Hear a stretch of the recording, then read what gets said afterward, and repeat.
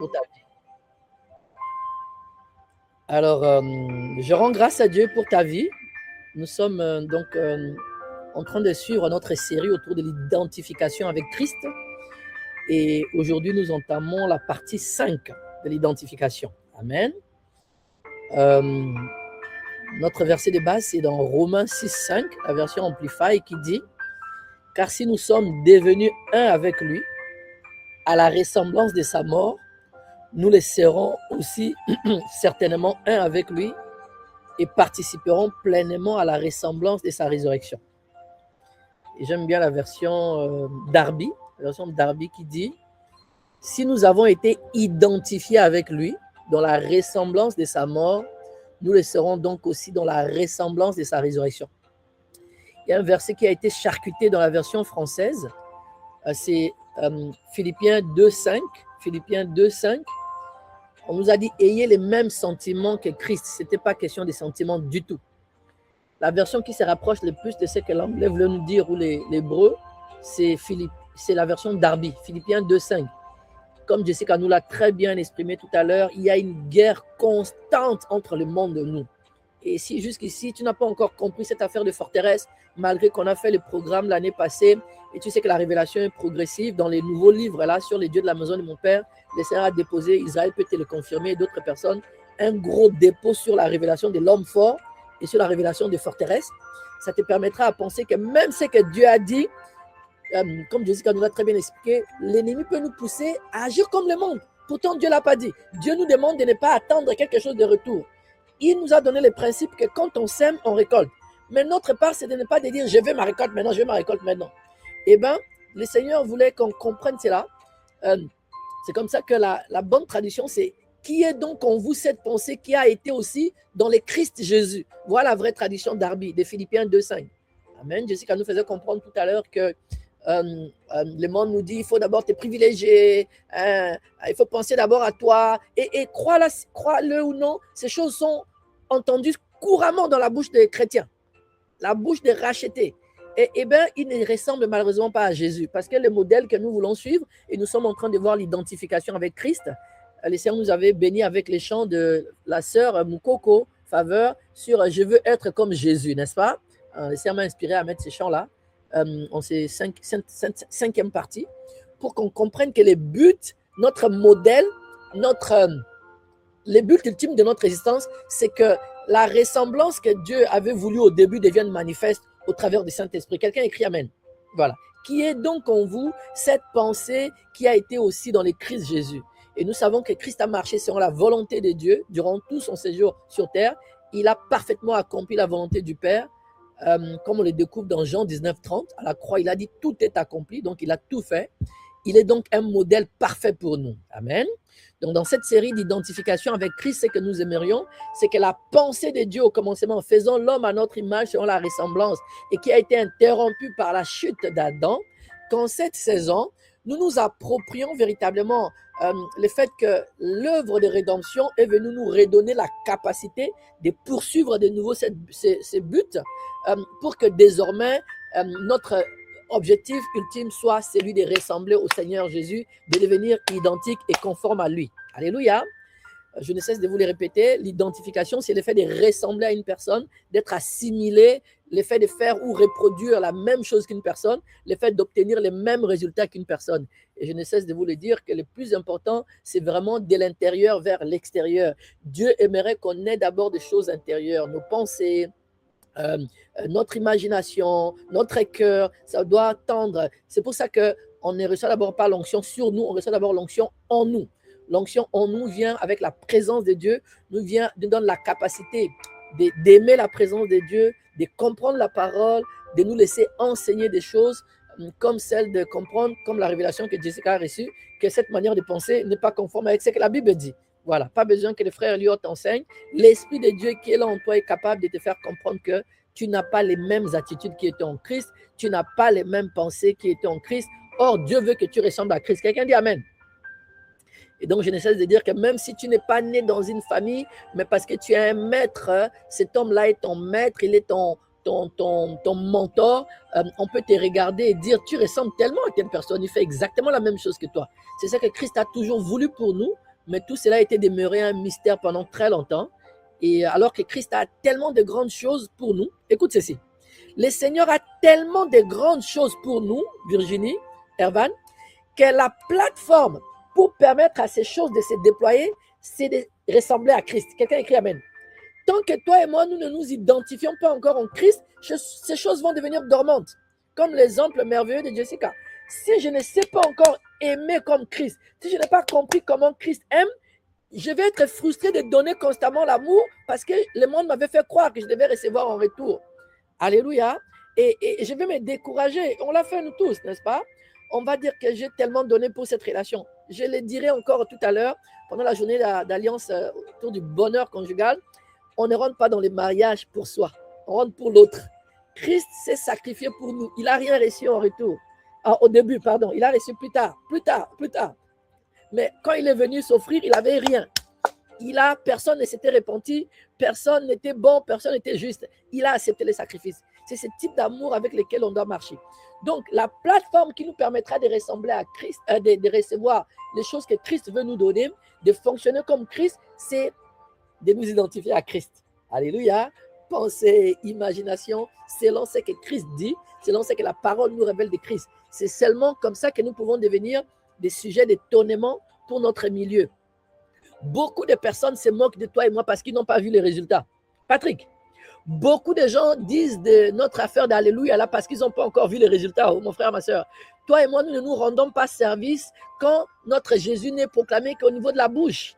Quand il ne voit pas les changements, il nous voit aimer comme les gens du monde.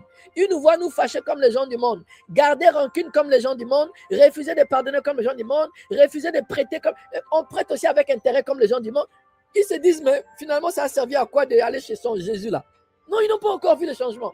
Il y a des changements que toi et moi, quand on s'identifiera à Christ, même les plus incrédules de ta famille, ça peut être ton parent. Il va s'asseoir, il va dire, j'ai regardé 5 ans de Jessica. J'ai vu systématiquement les changements. Si c'était un mensonge, ça n'aurait pas pu durer longtemps. Non. Jessica, viens me parler un peu de ton Jésus. Quelqu'un me suit? Toi et moi ne rendons pas service au royaume quand on ne s'identifie pas à Christ. Crois-moi. Parce que Dieu l'a prévu. C'est un peu comme si le programme ordinateur a prévu que la prospérité ne vienne que quand les yeux sont fixés vers l'identification avec Christ. Quand les yeux sont fixés ailleurs, nous dominons un programme rempli de virus. On ne peut pas... L'ordinateur devient instable, malheureusement. D'ailleurs, toi-même, tu l'as remarqué. La dépression t'affecte, maladie t'affecte, inquiétude t'affecte, comme les gens du monde. Quelqu'un me suit? On n'a pas les mêmes pensées que Christ, malheureusement, si on ne cherche pas à nous identifier avec lui. Voilà pourquoi, en cette saison, j'aimerais véritablement que toi et moi, on paye les prix pour recevoir ce que le Seigneur a pour nous, pour que cette identification ne soit pas un mythe, mais que cela devienne véritablement tangible. Le dimanche passé, nous avons vu que nous devenons où nous sommes, ce que nous contemplons. Tu te rappelles? J'ai vraiment réécouté ça avec délectation. J'espère que toi aussi. Et j'aimerais te confirmer encore cela. J'abonde dans le même sens encore aujourd'hui. Dieu veut que nous ayons une imagination fertile. Je ne cesse de répéter que les enfants de Dieu n'ont pas appris à développer cette qualité que Dieu leur a donnée, l'imagination.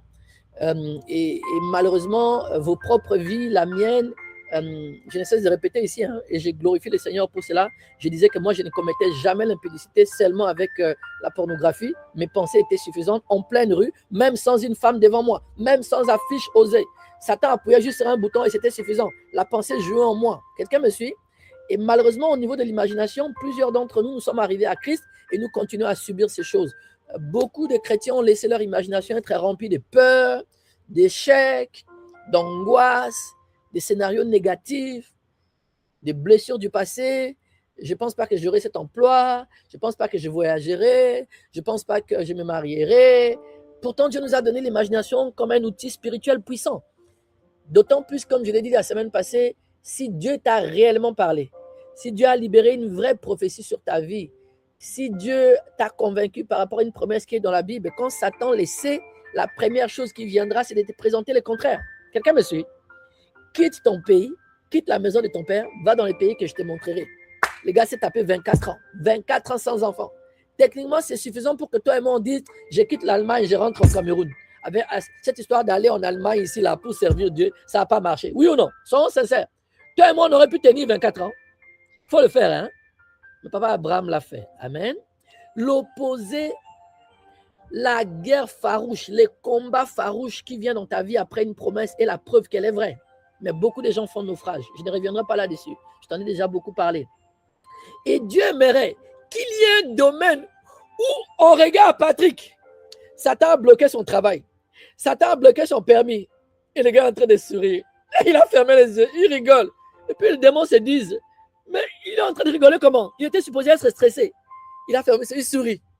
Il s'est projeté 2 ans plus tard, 3 ans plus tard. Et puis ils disent, il est en train de penser à ce qu'on lui a dit là. On ne peut pas l'empêcher. Pour ceux qui ont vu la vidéo que je leur ai envoyée sur TikTok, hein, Jessica, vous qui avez vu la vidéo, vous avez vu comment ils nous insufflent les mauvaises pensées, n'est-ce pas? Mais Dieu aimerait qu'on utilise l'imagination, Vanessa, Evelyne, pour que ce soit comme un sanctuaire protégé. Satan a beau tout faire quand je ferme les yeux ou quand je suis en train de contempler moi-même dans mon cœur là. Il ne voit pas. Je regarde la paix. Je suis rempli de paix. Ils disent, esprit de colère, toi tu ne l'as pas dérangé? Je suis venu, mais il n'arrive pas à être secoué. On dirait qu'il pense à des bonnes choses dans ses pensées. Quelqu'un me suit? Ça doit devenir un refuge solide dans nos vies. Dieu nous a donné l'imagination comme un outil puissant. Malheureusement, cette imagination peut devenir une porte pour la peur ou une porte pour la foi. Rappelez-vous, au début de votre marche avec Dieu, quand le prophétique a commencé à fonctionner et que l'Éternel a fait exprès de te laisser voir les serpents, tu avais peur, oui ou non? Réponds-moi ici, ne mens pas, réponds-moi. Quand le Seigneur t'a commencé à te montrer des choses, tu avais peur, oui ou non? Le Seigneur te montrait les forteresses qui sont en toi. Tu lui demandes de te laisser faire des grandes choses. Mais si tu te laisses faire des grandes choses, tu risques d'abandonner. Même Israël ici peut te dire qu'il y a des choses qu'elle voit, parfois c'est choquant. Moi, la première fois que j'ai vu sirène, j'ai dit, c'est quoi encore dans mon sommeil, sirène? Non, le Seigneur est en train de te préparer. Amen. Et l'imagination, ça peut devenir une porte pour la peur ou une porte pour la foi. Tu dis, cette pensée, si elle est arrivée vers moi, c'est le discernement des esprits qui est activé sur moi.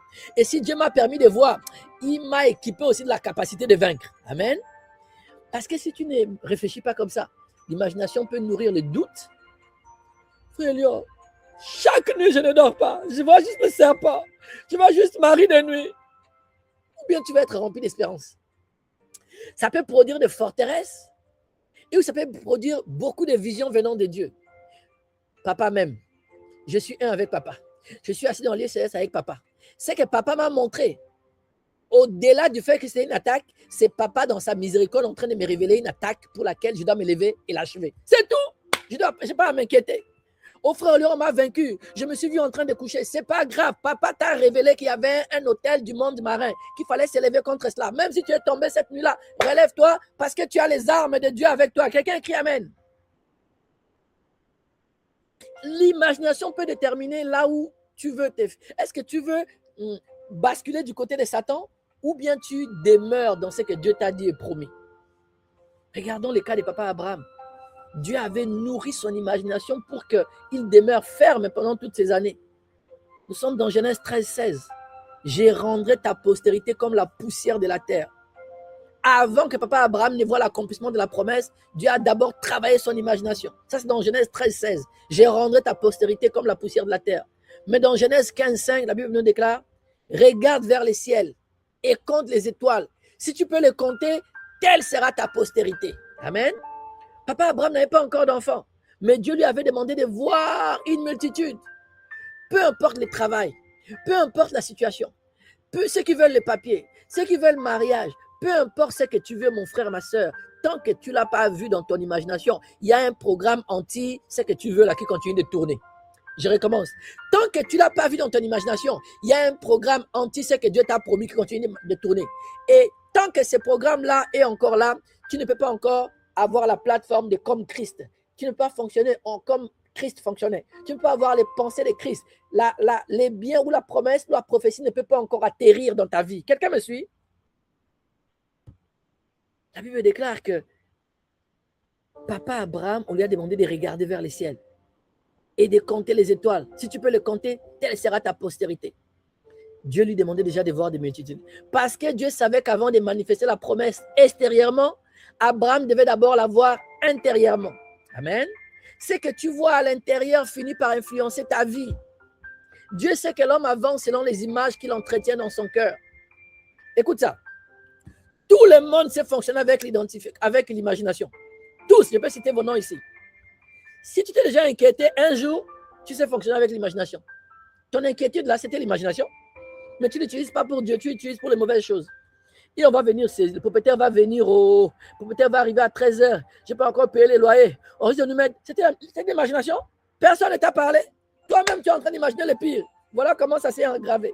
Donc, tout le monde sait utiliser l'imagination. C'est juste que tout le monde n'aime pas utiliser les bonnes imaginations ou n'aime pas traîner longtemps sur les bonnes imaginations. Et Satan en profite. Il envoie des poneros, il envoie des diabolos, il frappe, il frappe, et puis tu es déjà vaincu au niveau de la pensée. La plateforme ne peut plus accueillir parce que tu n'as pas les mêmes pensées que Christ. La prophétie ne peut pas atterrir. Mais en cette saison, le Seigneur nous délivre de tout cela au nom de Jésus. Dis Amen.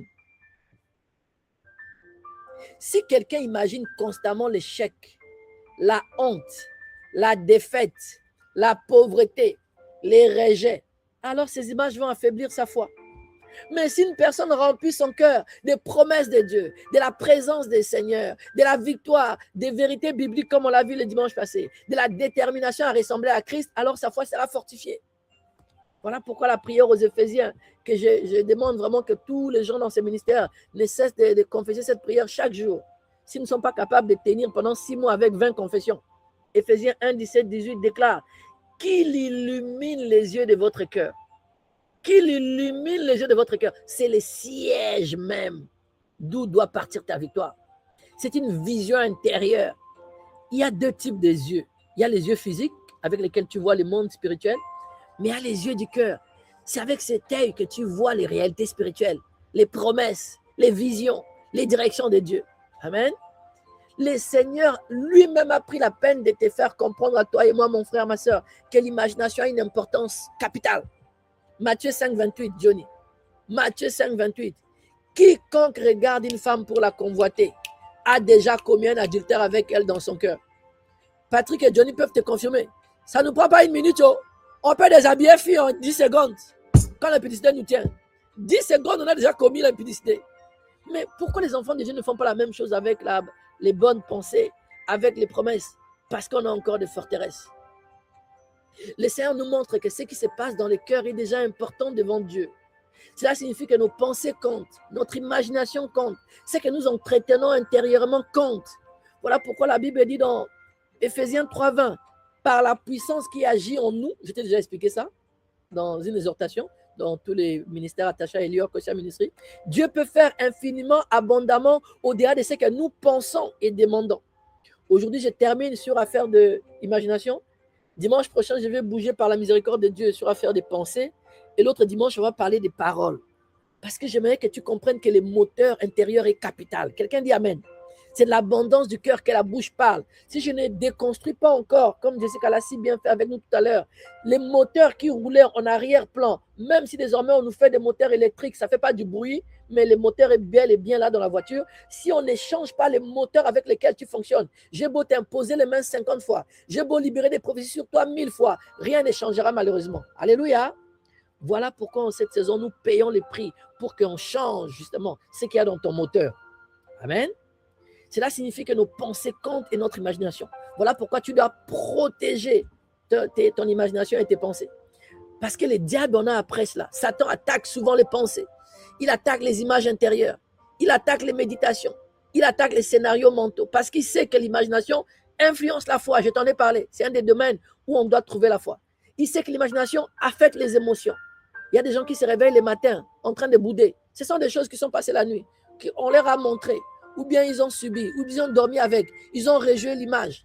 Or, le Seigneur Jésus, nulle part, la Bible nous a dit, un jour, le Seigneur Jésus s'est levé de mauvais pied et Judas l'a regardé de travers. Tu as vu ça? On nous demande d'avoir les mêmes pensées comme Christo. Hein, Patrick? On nous demande d'avoir les mêmes identifications avec Christ. Un jour, le Seigneur Jésus s'est fâché parce qu'Abigail n'avait pas acheté les pains du frère Elior. Ah, Seigneur Jésus. On va tous changer au nom de Jésus. Amen. Satan sait, il sait que l'imagination influence la foi, les émotions, les décisions, les comportements et parfois même les futurs d'une personne.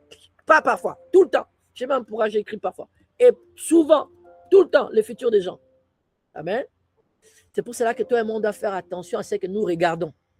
Je ne sais pas vous, hein, je vois des chrétiens regarder tous les films qu'ils veulent. Jessica, si je regarde un film, c'est devenu le plat principal de mes rêves. J'ai une imagination poreuse. J'ai tellement développé ça.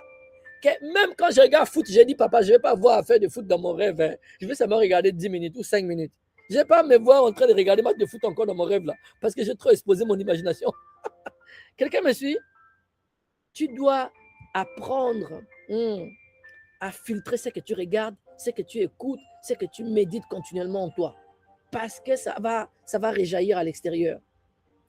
Une imagination sanctifiée. Regarde, si je prenais la peine de te lire ma vision de cette nuit, par exemple, quand je suis allé devant la cour, hein, écoute, hein, je l'ai dit vraiment pour glorifier Dieu, parce que quelqu'un t'a fait croire que Dieu doit appuyer sur une vision spéciale, et puis après, ça commence à rouler, et puis toi, Jessica, merveille, tu captes. Je suis venu devant papa. Je connais la Bible. Je connais la description du trône de Dieu. Regarde, nous sommes... écoute, ça, devant le trône, c'est que j'ai capté cette nuit. J'ai directement commencé avec la dimension aigle et j'avais du mal à m'approcher du trône de papa. Puis j'ai reçu une clé pour m'approcher du trône de papa. Papa a levé sa main sur moi et sa puissance m'a projeté en arrière. Je vois un caterpillar travaillant dans les champs et c'est la saison des récoltes. Papa me donne l'Afrique avec mon écriture car je vois un stylo et la carte d'Afrique. Je suis entré dans la fournaise pour que papa, le feu de Dieu me lave, me purifie. Et il m'a donné un globe terrestre avec les couleurs des House of Faith. Ensuite, ce regard perçant est tombé sur moi et a enflammé mes yeux. Je suis venu avec un bouquet de roses rouges pour les offrir au Seigneur. En fait, c'est ça que mon adoration dégage, un parfum de bonne odeur devant son trône. Puis les fleuves d'eau vive ont commencé à déferler sur moi. Je suis allé m'asseoir au pied du Seigneur. Je n'étais pas distrait. Je me suis concentré. Moi-même, j'ai commencé à m'imaginer le trône. Je n'ai pas laissé mon imagination neutre à regarder les murs. Non. Je n'ai pas mis le visage du Seigneur Jésus, mais j'ai mis son visage. J'ai mis son trône, son corps et son trône devant moi. Ça a aidé mon imagination, Jessica. L'instant d'après, l'image a commencé à fouler. Toi, tu attends seulement que le Seigneur te réveille avec vision. Mais tu peux activer la vision avec ton imagination. Je n'ai pas fini. Et je me suis mis à genoux avec les 24 vieillards. Nous sommes prosternés en train d'adorer le Seigneur. Mon adoration était en train de dégager un parfum agréable devant papa. Oh, j'ai été emballé par la lave de feu, dans la lave, le feu par les anges. Et je transporte ce feu désormais en moi. Puis j'ai pris mon envol avec le Saint-Esprit dans la dimension aigle. Lui, en tant que colombe, nous sommes partis. Chaque jour, j'ai des visions à cause de mon imagination que j'ai rendue fertile, que j'ai sanctifiée par la parole. Je n'ai pas peur. Non, je ne suis pas allé chez Satan. Je ne peux pas avoir peur. Je suis dans la présence de papa. C'est son imagination qui est en moi. Je ne peux pas créer une fausse imagination. C'est toi qui penses qu'il y a fausse et bonne imagination dans la présence de papa. Or, si tu veux ressembler à Christ, tu fonctionnes avec l'imagination, Sorel. Alléluia. Une imagination sanctifiée peut devenir un terrain de vision. Dieu peut utiliser une imagination pour communiquer, pour inspirer, pour montrer des directions, pour donner des songes, pour produire des visions, pour fortifier la foi. Merveille, le Seigneur te demande, ces frères-là qui voulaient t'aider, qu'ils s'engagent, qu'ils t'écrivent par écrit ce qu'il t'a promis par parole. Voilà ce que le Seigneur m'avait dit, je te les libère. J'ai utilisé mon imagination, j'ai reçu. J'ai vu le Seigneur en train de nous dire, dit à Merveille de demander à ses frères-là de s'engager par écrit dans la décision qu'il veut que Merveille suive. Si c'est écrit avec sa signature, Merveille va les suivre. Quelqu'un me suit?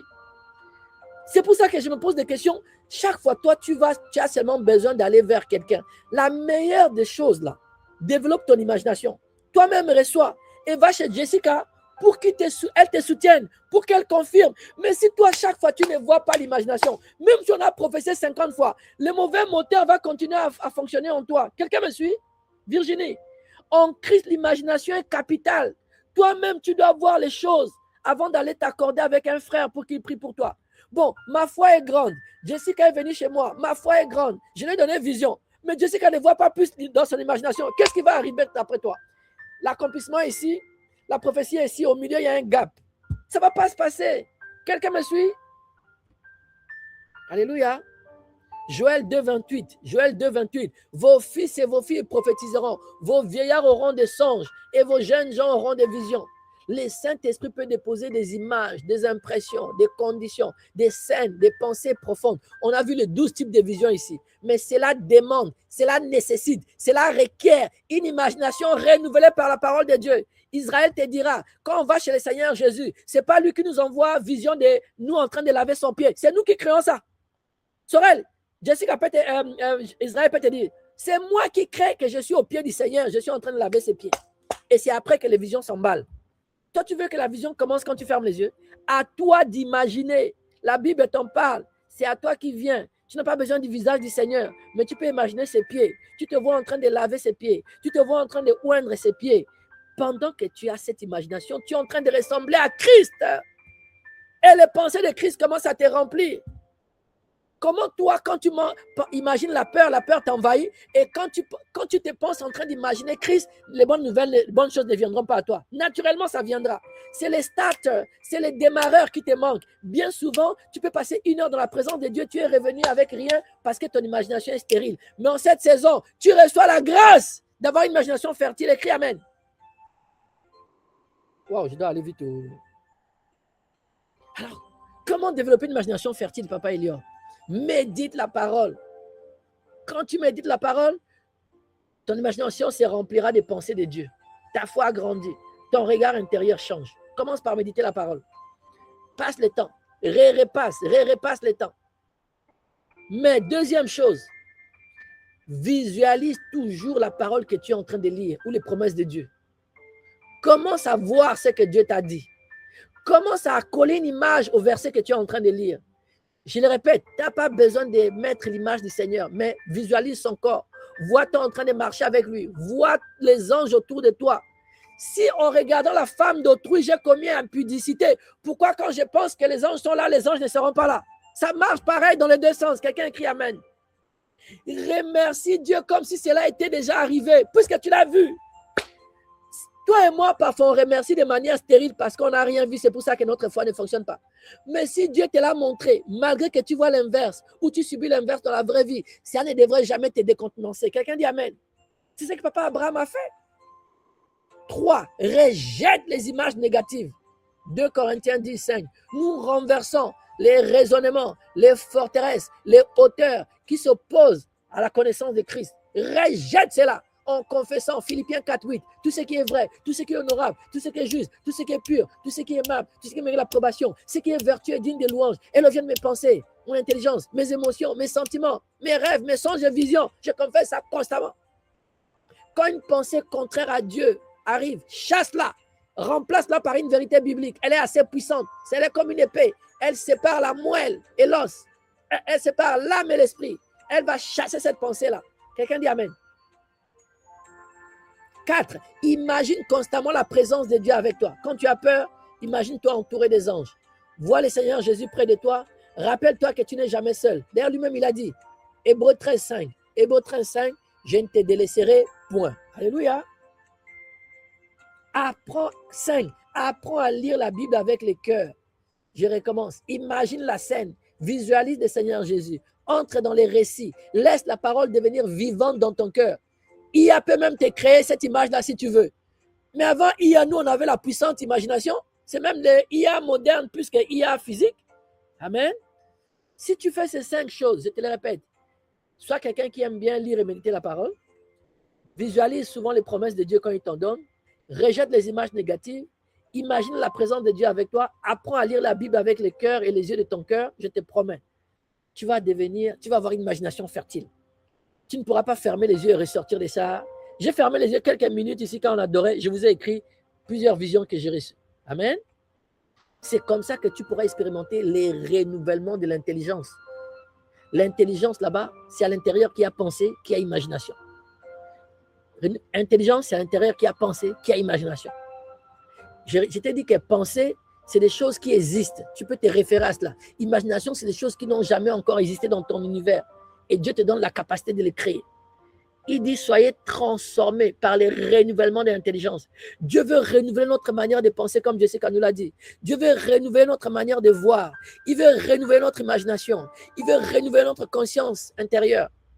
Et une imagination renouvelée, ça va produire une foi plus forte, une paix profonde, une espérance stable, une communion plus intense avec Dieu. Amen. Ne laisse pas les pensées de peur d'envahir. Ne laisse pas les pensées d'impureté t'envahir. Ne laisse pas les pensées, l'imagination de découragement. Non, rejette ces choses.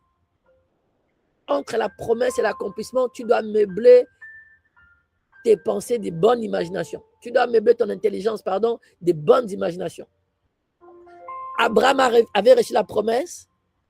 que les fils de la promesse viendraient, mais entre les deux, il y a eu des combats, il y a eu des attentes, il y a eu des saisons difficiles, mais il gardait l'image de la promesse vivante dans son cœur.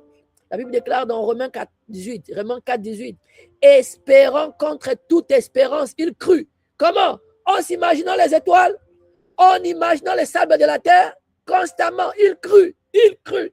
Dieu m'a dit, d'ailleurs, je vous ai dit, je vous donne un conseil, que chacun de nous, je vous invite à installer une routine de 1 heure de méditation, 1 heure de réflexion. Toi et dans ton imagination, tu es resté installé. Tu as mis une musique que tu aimes, un instru, et tu es en train d'imaginer toutes tes promesses. Ah, frère Eliam avait dit ceci sur moi. Frère Jacques avait dit ceci. Israël avait dit ceci. Donc j'ai ma voiture, donc j'ai ma femme. On sort du culte, on s'arrête à Tchopéam pour manger un peu. Après Tchopéam, on va rendre visite aux parents de ma femme. Et puis les enfants aussi, on les emmène dans un terrain de jeu. Et puis mon compte est garni, je n'ai même pas à m'inquiéter. Puis pour faire plaisir à ma femme, j'ai dit on va aller à Dubaï. Tu as les droits, c'est gratuit. Utilise-le, Johnny. Quelqu'un dit Amen. Ça booste ta foi. Si on mettait des capteurs dans ta tête, Katia, tu vas voir les verts commencer à envahir ton cerveau. Les rouges de l'inquiétude vont disparaître. Je te promets. Tu vas voir ça la semaine prochaine.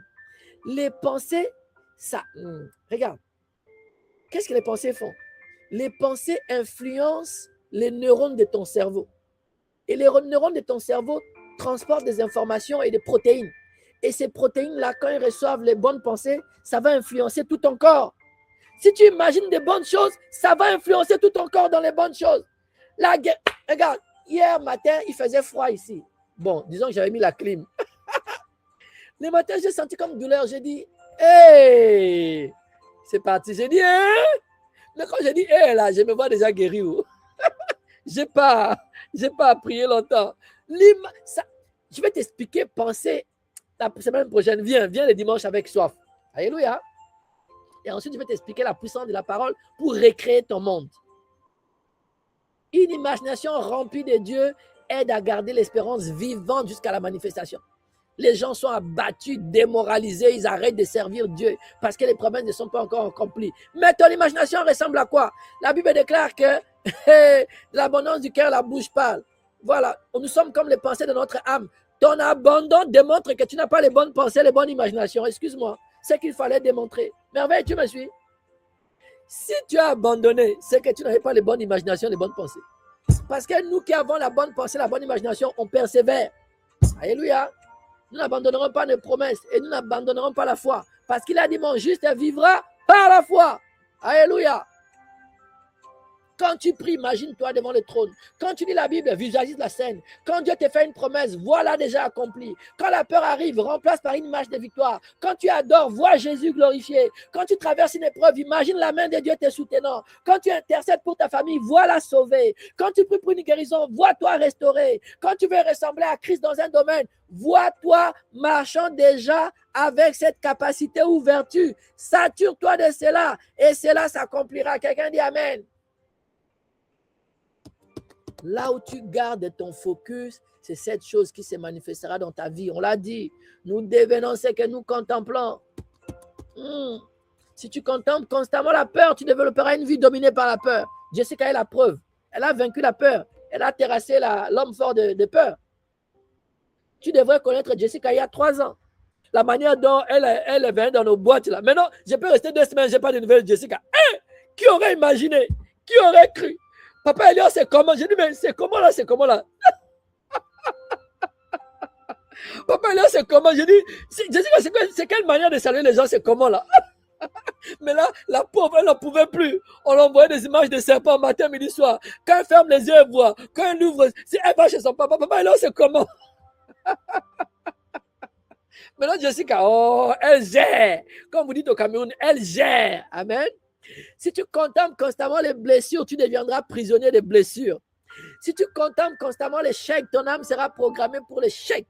Mais si tu contemples Christ, sa gloire, sa parole, sa victoire et sa nature, alors tu seras progressivement transformé à son image. Tu deviendras de plus en plus identique à Christ. Alléluia.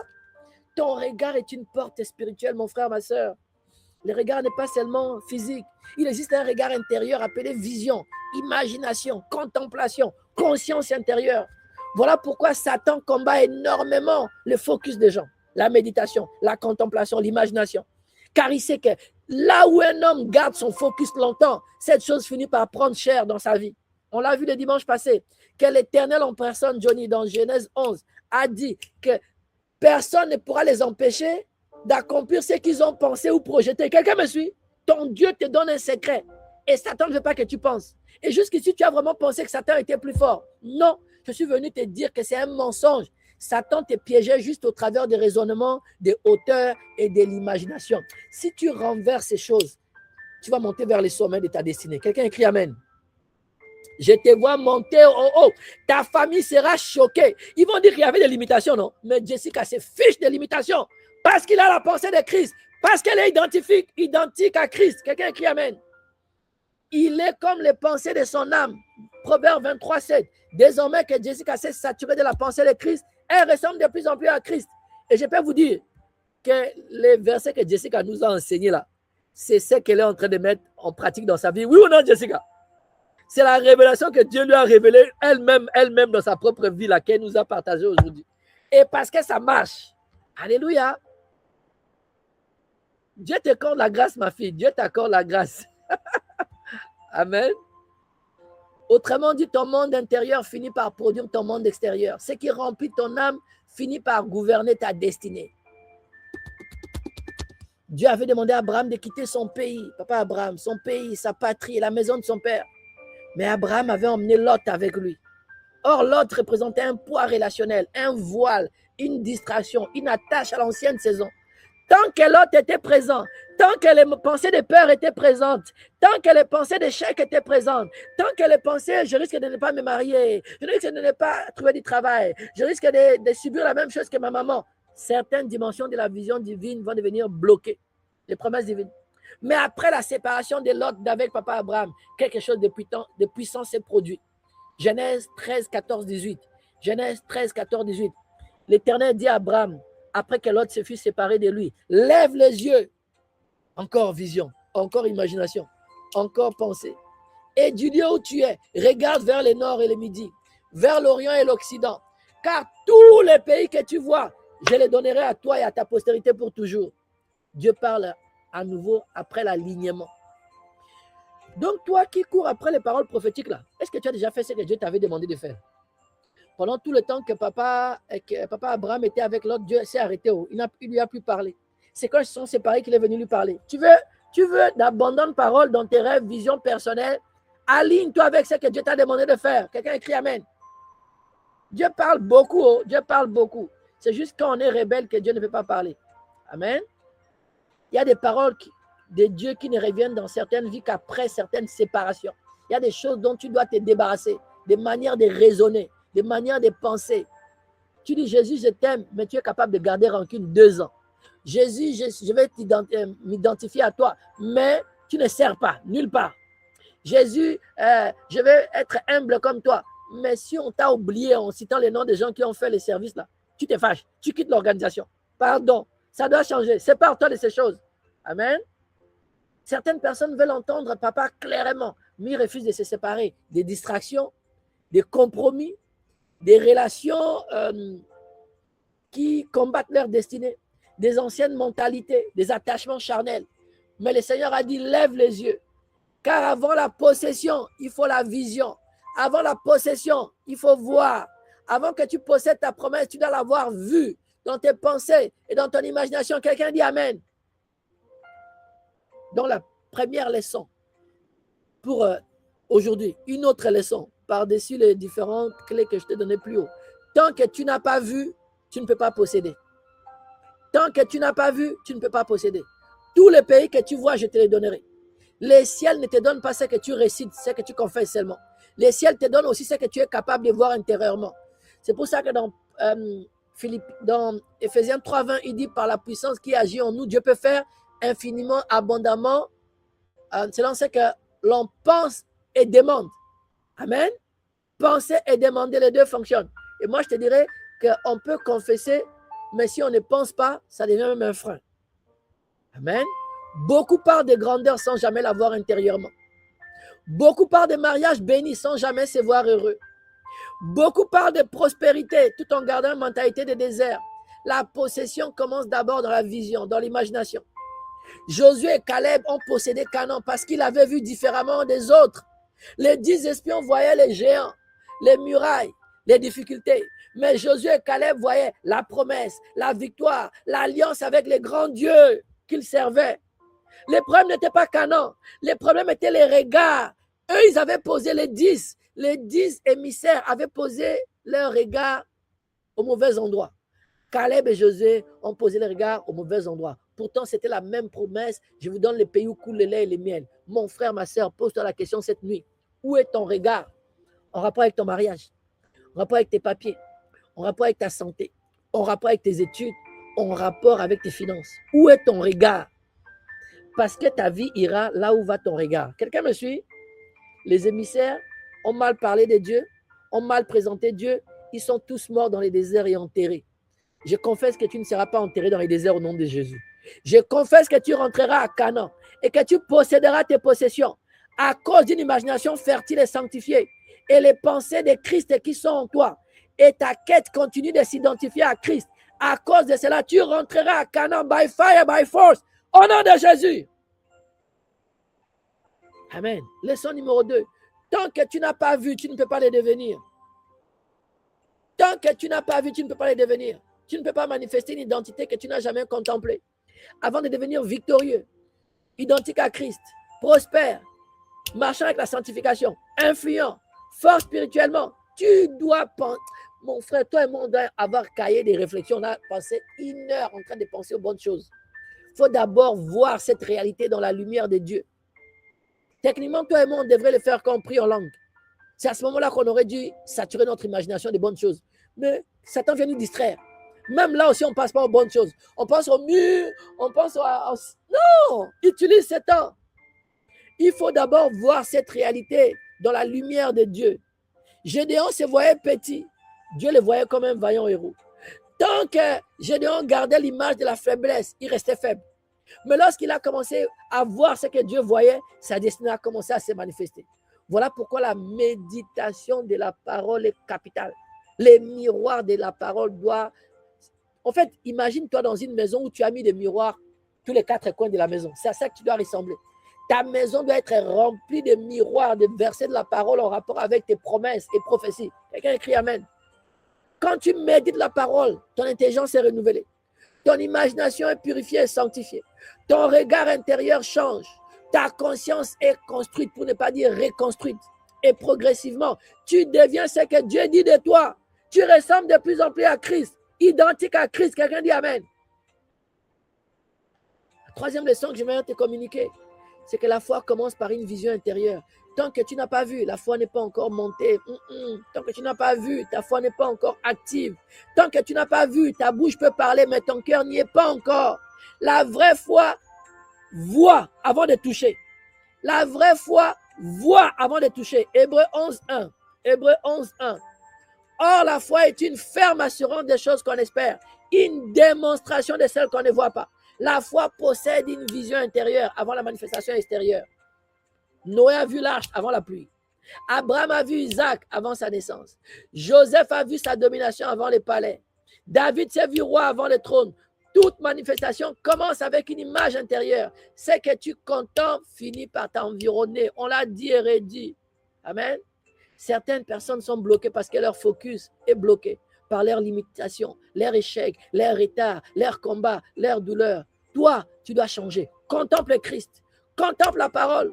Contemple ta destinée en Christ. Contemple les promesses et non les circonstances. Deviens comme l'aigle.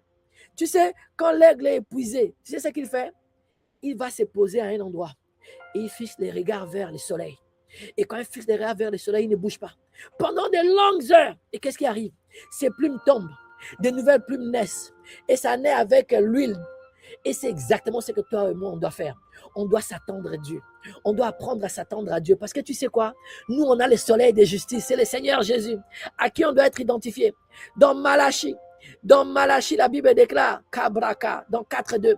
Mais vous, vous qui craignez mon nom, s'élèvera les soleils de la justice et la guérison sera sous ses ailes. Vous sortirez et vous sauterez comme le veau d'une étable. Le Seigneur Jésus est le soleil de justice. En lui se trouve la lumière, la vie, la guérison, la sagesse, la justice et la transformation. Plus nous tournons notre regard vers lui, plus son image s'imprime dans notre intelligence, plus nous le contemplons dans les Écritures, plus son caractère se forme en nous, plus nous demeurons exposés à sa présence au travers de sa parole, plus les anciennes pensées perdent leur force et plus les pensées de Christ prennent racine dans notre être. Nous ne lisons pas simplement la Bible pour accumuler la connaissance, nous lisons la Bible pour voir le Seigneur Jésus, pour découvrir le Seigneur Jésus, pour demeurer exposé au Seigneur Jésus, pour que son image remplisse progressivement notre conscience, comme l'aigle demeure orienté vers le soleil. Choisissons pendant ces temps-là, pendant ces processus ici-là, j'ai des beaux cadeaux pour vous, de fixer nos regards vers le soleil de justice. Et pendant que nous le contemplons dans les Écritures, le Saint-Esprit accomplira son œuvre silencieuse mais puissante. Il va nous transformer progressivement, calmement, mais assurément, à l'image de celui que nous contemplons. Quelqu'un écrit Amen. Et une nouvelle grâce arrivera. Une nouvelle capacité arrivera. Une nouvelle onction fraîche descendra. Une nouvelle vision naîtra. Une nouvelle foi se développera. Et c'est comme ça que Ésaïe 40, 31 devient notre partage. Ésaïe 40, 31. Mais ceux qui se confient en l'Éternel renouvellent leur force. Ils prennent le vol comme les aigles. Alléluia. Je confesse que c'est ton partage en cette saison, en rapport avec ton imagination, à cause de ton imagination. Parce que tu te nourris de la bonne imagination, Dieu t'emmènera à lui ressembler de plus en plus en cette saison. Au nom de Jésus, dis Amen. Alléluia. Amen, amen. Merci Seigneur. Aujourd'hui était aussi la journée d'alliance du bonheur conjugal. C'est le terme que le Seigneur m'a demandé. Je dois changer ta manière de penser. Et même si je ne termine pas les messages, je suis prêt à te les partager dans le groupe. Mon frère, ma soeur, je dois te parler de mon cas.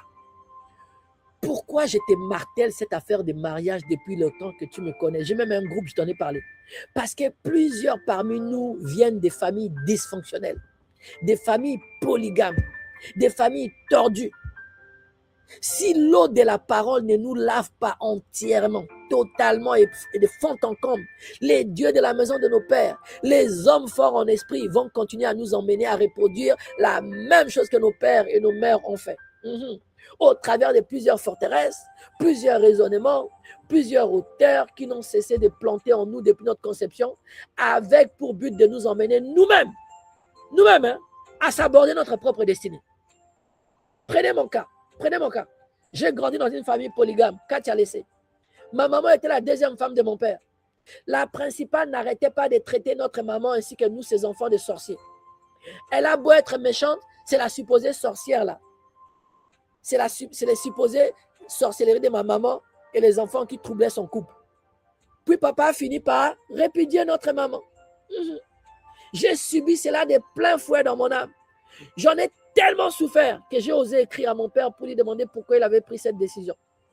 Parce que je me rappelais que la Bible disait qu'on répudiait après impudicité ou adultère. Je lui ai demandé, ma maman t'a trompé? Mon papa a dit non. Mais quand tu vas grandir, j'ai brisé cette parole parce qu'il me promettait que quand je me marierai, je verrai que parfois l'adultère est mieux. Certaines femmes sont têtues. Ah, j'ai annulé cette parole quand je suis venu à Christ. J'ai dit, ma femme ne sera pas têtue. Elle sera douce, obéissante au nom de Jésus. Une grosse blessure d'âme est entrée en moi. Et j'ai commencé à coucher avec tout ce que je trouvais, des femmes à gauche, à droite. J'étais tellement devenu amer que la forteresse de cette blessure m'avait rendu captif. Tellement captif que je suis devenu moi-même, j'ai emprunté les pensées du monde des ténèbres. Je me suis surpris en train de dire que quand je serai grand, quand je me marierai, moi je chasserai ma femme sous la pluie, en jetant ses affaires dehors sous la pluie. Elior, comment tu peux penser à plaindre ta maman, à souffrir que ta maman ait été rejetée, à être triste pour lui, à elle, jusqu'à devenir bourreau? Commencer à penser. C'est ce qui explique le fait que les enfants battus, les enfants qui ont vu leur maman être battus, plus tard deviennent des hommes qui battent aussi leurs femmes. Satan m'avait mis dans son piège. La forteresse était entrée. Je suis passé de la personne qui souffrait d'avoir perdu sa maman et j'ai commencé à détester les femmes. Elles me l'ont bien rendu haut, puisqu'aucune de mes relations n'a fonctionné jusqu'à ce que je vienne à Christ. Je te l'ai dit. Forteresse, raisonnement, hauteur. Depuis que je suis enfant, j'aimais rigoler et j'aimais être agréable aux gens et j'aimais aussi qu'on soit agréable avec moi. Je suis toujours, malheureusement, à cause des forteresses que j'avais, je suis souvent, pour ne pas dire toujours, tombé sur des femmes extrêmement désagréables. Je ne supportais pas ça. C'était ma crainte et cela arrivait à chaque fois. Je confesse que ma femme sera la plus douce, la plus agréable au nom de Jésus. Chaos plus chaos, forteresse plus forteresse, ça emmenait quoi? Destruction continue de tout ce que j'essayais de bâtir comme couple. Alors quand je suis venu à Christ, le Seigneur m'a fait comprendre que l'ennemi avait beaucoup attaqué ces domaines de ma vie parce que Dieu comptait m'utiliser puissamment dans ces domaines pour être une source de bénédiction pour des multitudes. Mais il me fait comprendre que autant c'est les domaines où Satan veut m'humilier de plus, il me fallait me nourrir de plus de connaissances que la moyenne. Plus de connaissances autour du mariage. Et que je dois me nourrir encore pour laver ma conscience, laver mon imagination, laver mon subconscient. Parce que moi-même, j'en ai rajouté avec la dose d'impudicité ici, là. Les maris de nuit, les sirènes, les serpents en ont rajouté aussi leur couche. Et j'ai compris cela. Voilà pourquoi depuis 12 ans que je suis en Christ, je lis livre après livre, livre après livre, parce que ma famille était consacrée aux esprits des eaux, au monde marin. Forcément, tu penses bien qu'ils ont rempli mon subconscient des choses. Amen. Lire des livres est devenu une obligation pour moi. Et aujourd'hui, j'aimerais te rappeler à l'ordre que si tu veux expérimenter le bonheur conjugal, mon frère, ma soeur, de là où toi et moi on vient, ça doit devenir une priorité. Chaque mois, tu dois lire au moins un livre sur le mariage pour capter les vrais sens du mariage. Quelqu'un me suit? Parce que tu ne pourras jamais expérimenter un mariage que tu n'as pas vu dans ton imagination. Identification avec Christ. Tu ne peux jamais. Or, si ton imagination jusqu'ici était remplie d'échecs de ton père, d'échecs de ta maman, d'échecs de tes sœurs, ça va placer des pensées limitantes en toi-même. Toi-même, tu vas t'auto-saborder. Tu insultes ta femme sans raison et décides de partir. Pourquoi? Parce que ton papa aussi insultait. Et tu n'as pas rempli ton image de bonne, ton intelligence de bonne imagination. Quelqu'un me suit? Alors, j'aimerais t'enseigner rapidement 5 vérités pour que tu comprennes les 7 vérités. 7, 8, il y en a beaucoup. 8 vérités, rapidement, en 5 minutes. Je vais développer dans un visuel que je partagerai. Parce que j'aimerais que tu comprennes que là aussi, toi et moi, on doit être identiques à Christ. Christ a épousé l'Église et Christ est le meilleur des époux. Toi et moi, on sera aussi le meilleur des conjoints. Quelqu'un écrit Amen. Voici 8 vérités que j'aimerais te communiquer sur le mariage. Tu auras les détails dans le visuel. Il ne faut que quelques minutes pour se marier. Mais il faut toute une vie pour construire un mariage réussi. Le mariage n'est pas un événement, mon frère, ma soeur. C'est un processus. Amen. C'est un processus. Beaucoup de personnes pensent que le mariage est la destination. En réalité, le mariage n'est que le point de départ. La cérémonie ouvre la porte à un long voyage au cours duquel 2 personnes apprennent à vivre ensemble, à se comprendre avec la pensée de Christ, avec l'amour de Christ, comme Jessica nous l'a enseigné, à résoudre le conflit, à grandir spirituellement et émotionnellement et à bâtir progressivement une relation stable. Si tu admires tous les hommes de Dieu qui ont des meilleurs mariages, leur début était rempli de balbutiements. Mais ils ont accepté de continuer à aimer comme Christ, à pardonner comme Christ, même quand l'autre ne t'a pas demandé pardon. Les femmes et les hommes mariés recevaient cette grâce au nom de Jésus. Tu vas pardonner, elle va demander pardon 1 an plus tard. Toi, tu vas pardonner avant aujourd'hui, je te promets. C'est comme ça que Christ a pardonné à la croix. Personne ne lui avait demandé pardon, oui ou non? C'est quand toi et moi, on vient demander le salut qu'on demande pardon. Il s'est passé combien d'années? 2000 ans. Mais lui, il avait déjà pardonné. Donc, le véritable défi n'est pas de se marier, c'est de construire un mariage. Reçois la grâce de construire un mariage. Le deuxième point que j'aimerais te communiquer, un mariage réussi dépend de la connaissance. Arrête de penser que tu peux réussir ton mariage sans connaissance. La réussite conjugale est le résultat de la compréhension. Les succès dans les mariages ne dépendent pas de la chance, de la destinée ou même de la compatibilité. Il dépend de la connaissance. Osée 4,6, mon peuple est détruit parce qu'il lui manque la connaissance. 1 Pierre 3,7, traiter les femmes selon la connaissance. Amen. Lorsqu'un homme ignore le rôle du mari selon Dieu, il crée des problèmes à sa femme. Lorsqu'une femme ignore le rôle de l'épouse selon Dieu, elle crée également des problèmes. La connaissance des principes divins produit la stabilité. L'ignorance produit la confusion. Ce ne sera pas ton partage au nom de Jésus. 3. L'amour, les sentiments ne garantissent pas la réussite d'un mariage. Frère Léon, dès que je l'ai vu, ma soeur, attends, quand il va te donner une gifle là, dès que je l'ai vu, ça va se transformer. Je ne savais pas que c'était le diable. Les émotions sont instables. Les émotions fluctuent. L'amour dont nous a parlé Jessica ici, là, ce n'est pas l'amour romantique, c'est l'amour divin, c'est l'amour de Christ. C'est Christ qui vit en toi. Il te rend capable d'aimer. L'amour là est doux, est patient, il pardonne, il n'est pas jaloux, il n'est pas envieux. Alors on ne repose pas les mariages sur les émotions. C'est un produit d'un mariage stable. Mais ça ne peut pas être la base d'un mariage. Je ne ressens plus rien. Même si tu ne ressens rien, va l'embrasser. Même si tu ne ressens rien, va préparer. Même si tu ne ressens rien, va faire l'amour. Même si tu ne ressens rien, sois généreux. Au nom de Jésus, reçois la grâce. Nous, on n'est pas des animaux pour ressentir. Nous, on obéit comme Christ a obéi. Même quand son corps voulait désobéir. Quand sa chair voulait qu'il abandonne. Il a dit, ah, non pas ma volonté, mais la tienne. Quelqu'un écrit Amen. Si tu as compris cela, je te promets, tes sentiments vont venir après. Tes émotions vont te suivre parce que toi, ton esprit fonctionne avec Christ. Tu obéis au Père. Le Père a dit qu'une femme doit être soumise. Le Père a dit que l'homme doit aimer de manière sacrificielle. Que ma femme ne soit pas encore douce. Je l'aime de manière sacrificielle parce que Christ l'a démontré et ça fonctionne. La preuve aujourd'hui, Christ m'a aimé sacrificiellement. Je suis capable de l'aimer en retour. Ça doit commencer par l'homme, même si elle n'est pas encore douce. Inverse est vrai. J'aime mon mari, je suis soumise, même quand lui ne m'aime pas encore de manière sacrificielle. Reçois la grâce. Quelqu'un écrit Amen. Eh, Seigneur, je mentionne juste, hein. Tu auras les suites parce qu'on est déjà à la fin. Point 4. Personne ne comprend les mariages mieux que Dieu. Tu dois te connecter à Dieu si tu veux être un bon mari, un bon amant, une bonne femme. 5. Le mariage est honorable parce qu'il est d'origine divine. Ce n'est pas une invention humaine. 6. Tu auras tout ça dans les visuels. Les mariages unissent deux personnes imparfaites dans une institution parfaite. Je recommence. Ce sont deux personnes imparfaites. Sois patient avec ton conjoint. Sois patient si tu veux le bonheur conjugal. C'est deux personnes imparfaites. Il n'y a que Christ qui est parfait. Toi, tu es en développement. Ton imagination est en développement. Tes pensées, tes actions. Alors accepte les défaillances et les faiblesses de l'autre. La perfection du mariage ne dépend pas de la perfection des époux. Amen. Le mariage est l'union de deux personnes imparfaites qui s'engagent envers une institution parfaite en prononçant des vœux parfaits avec des lèvres imparfaites devant un Dieu parfait. Si tu as compris ça, tu as tout compris. 7. L'institution du mariage est plus importante que nos sentiments. Les mariages existent d'abord pour Dieu. Pour Dieu. Tu es rentré dans ce mariage-là pour honorer Dieu, pas pour toi, ni pour ta famille. Développement arrive. Les secrets du succès, s'engager envers le mariage plus qu'envers la personne. Tu veux le bonheur conjugal?